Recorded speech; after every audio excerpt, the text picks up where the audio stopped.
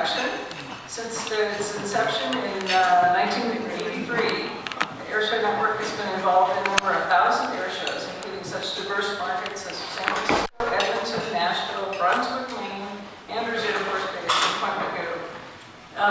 Jim holds a BS in accounting from Manhattan College in New York City and an MVI from the University of Southern California. And we're happy to have you speak to us today, Jim.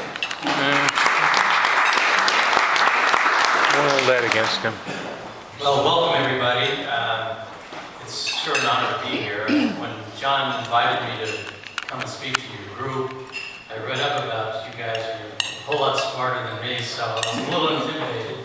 But I think I'd have a fun story to tell. I don't think you're going to learn a lot about your particular skill set from me, but I think it's a fun, entertaining, hopefully, presentation for you to see behind the scenes of an air show and what goes on. A little bit of background about myself. I started the company on April Fool's Day in 1983. So I didn't realize it was April 1st, but it actually was. Starting selling ice cream at special events. Much to the chagrin of my mother and father, who you got an MBA from USC and you're selling ice cream at special events. I said, we'll get there sooner or later. I guess maybe it's because it's more of a football school, but I got my MBA from an academic institution, I don't know. But, so from there we were in the event business, and back around, we were involved in the 1984 Olympics and a lot of really cool things, and around 1986, I came upon an air show. I had never been to an air show. Now, my brother was an Air Force pilot. My dad was a general in the Army Reserve. My mom was a Navy nurse. You know, so you would think I'd be more connected to this type of activities than I actually was. So I said, wow, we ran out of everything by 10 o'clock in the morning. It was amazing. It was actually in Norton Air Force Base in Riverside, St. Bernardino. So I'm thinking, well, this is a business. You know where that is. You know, it seems it was so poorly managed, because what they used to do for the concessions, they would bring out the squadrons, and with their hibachis and cook hamburgers and hot dogs until they're sold out. So I'm thinking if we could professionalize this whole system. So in 1987, we came up with a concept to sole source the entire guest services piece for air shows to one contractor. And I'm sure a lot of you folks have done business with the military. It's not an easy thing to do to change your mind to do something different. But our first big show actually was at Davis Mountain in Tucson. But a real big break was when we did the show at Miramar, when it was a Naval Air Station, the whole Top Gun days and all that kind of stuff. So, so we decided to vertically integrate the business, where we went to full production, and that's what I want to share with you what we're doing in San Francisco. That's kind of our granddaddy of them all event. Has anyone been to an air show? Oh, good, good. I'll sell you some merchandise after. But yeah, so that's kind of the background. We were involved with. I want to flip the switch here a little bit. This is my daughter Gary. She's my audio-visual person, because I'm not very good at that kind of stuff. You get it? I might not be very good at it. But some of the things that we're involved with that were really kind of special for our company as well was we were the company that was selected by the Air Force to do the Air Force 50th anniversary licensing and merchandising program. And in 2011, we were selected by the Navy to do the Centennial Naval Aviation fundraising for their program nationwide. So it was, the logo was right there. We actually designed the logo, licensed it, merchandised it for them. And the important thing for that was, especially for the Air Force, that money went to the Air Force Memorial Foundation as a fundraiser to build the Air Force Memorial. You may not know this, but the Air Force is the last one to actually have their own memorial in Washington, D.C. So we're pretty proud of that moment.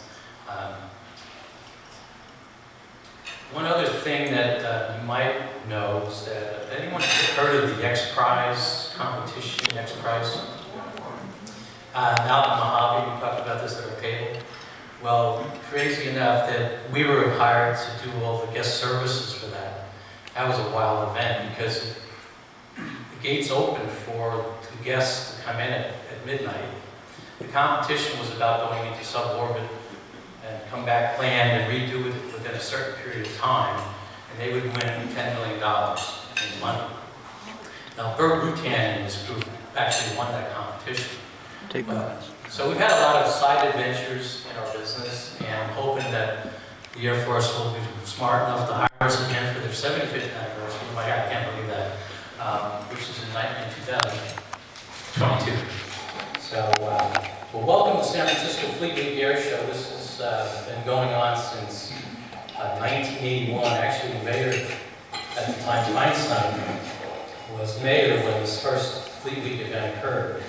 And it's been going on consistently through to this day. We'll be celebrating our 40th anniversary in 2021. And this is a spectacular event that's over Columbus Day weekend every year. This will be our 19th year of actually managing the show. And we're real proud of it. And we were able to entice United Airlines to become the title sponsor. It's really blossomed under our tutelage. But if you ever get a chance to come to Fleet Week in San Francisco, it's an amazing, amazing event.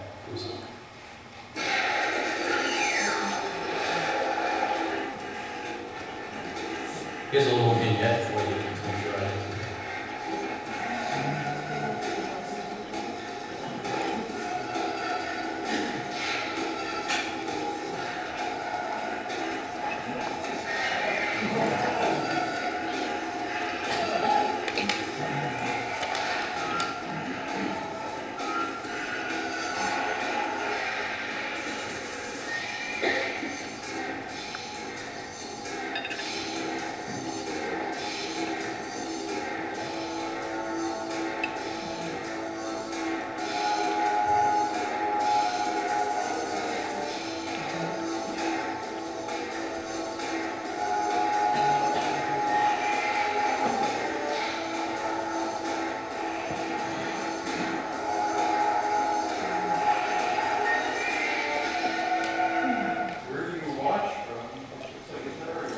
Yeah, well, if you're familiar with the Bay Area, it's right between Golden Gate Bridge and Alcatraz and the Bay Bridge.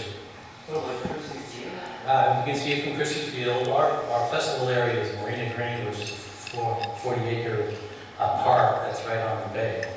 So a lot of these, or you can see it from Aquatic Park. You can basically see it from everywhere because even Sausalito on the other side. So we have a 360-degree amphitheater essentially to watch the event. And I don't know if anyone caught this in there, but there was a United Airlines here. That actually was part of the show. And 777, John, you weren't on it, but you didn't get any miles for that one. But yeah, we have the only show in the country that actually has a commercial jetliner perform a choreographed act during the show. It's absolutely amazing to see. Just a little aside about that one. When we first started doing that with United, we had a 747 do a flyby, choreographed, and it goes low and slow right towards the Golden Gate Bridge.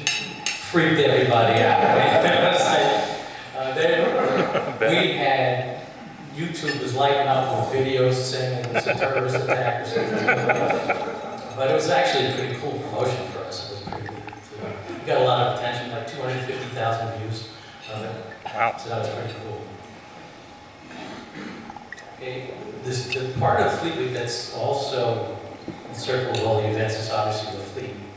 That's something that we collaborate with, but we're not actually physically in charge of. But what's pretty neat is we have a parade of ships at the beginning of the event on Friday. And it's very cool to have the ships come in, and a lot of pomp and circumstance, and all the crew members are on the deck, and it's pretty amazing to watch. And several years ago, we actually launched an F-18 off the deck, right in the bay. That was pretty amazing to see. But as far as the viewing of the show, like we said, it's basically virtually everywhere you can see it. And people in apartment buildings, on their roofs, on their boats. It's quite a festivity. Okay, so these are the leapfrogs. So we're talking about, our performers. We have the Blue Angels every year, fortunately. We have the leapfrogs, which is a Navy jump team, most of whom are Navy SEALs. And last year we had the F-35 demonstration, which is the first, only one of 12 shows in the country. It was the first year for the F-35 to actually do live demos, choreographed demos, and we were fortunate to have them at our show. There's John going to work, and then we have Sean D. Tucker. Has anyone heard of Sean D. Tucker, world aerobatic champion, actually going to retire as challenger to the Smithsonian in Washington, D.C., and which is really great. Okay. Oh, we got a little battery on that. Low batteries. Yeah. We have low battery on that. Okay. I've got a charger. Yeah, do that. Technical difficulty.